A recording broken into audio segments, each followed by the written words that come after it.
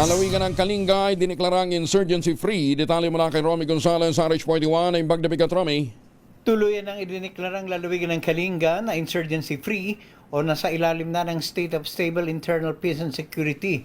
Ginawa dito sa Kalinga matapos ang matagumpay na paglilinis sa banta ng insurhensya at may kakayahan ng mapanatili ang katahimikan at kaayusan sa pamagitan ng kooperasyon ng mga ahensya ng gobyerno, lokal na opisyal at komunidad.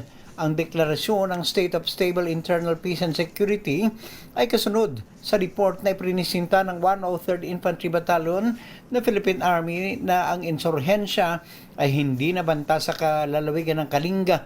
Magugunita na ang Kalinga noon ay may 50 miyembro ng Communist Terrorist Group na kumikilos noong 2015. At sa nakalipas na ilang taon, tuluyang napanatili ang military operations at kooperasyon ng komunidad numantong sa makabulang pagkabawas ng kanilang bilang sa 16 na lamang sa kalagitnaan ng 2025. Nagpatuloy ang operasyon hanggang nitong 2026 kasunod ng mga serye ng sagupaan ng tropa ng gobyerno at rebelde sa Barangay Bayaw at Alagia sa Pinokpok mula November 21 hanggang 25 na nagresulta sa pagkakasamsam ng matataas na uri ng baril, bala at gamit pandigma.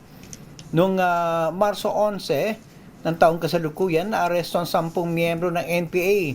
Sumuko rin ang 2 matataas na opisyal ng Kilusan. Sa ngayon ay wala ng aktibong guerrilla fronts, walang apektadong barangay at walang organisadong armadong kapabilidad sa Kalinga. Dahil dito inendorso ni Governor James Duba ang rekomendasyon na ideklara ang Kalinga na insurgency-free. Ito si RH41 Romy Gonzalez para sa DZRH. Una sa Pilipinas, una sa Pilipino. Maraming salamat, Romy. Diyos ni Agnina.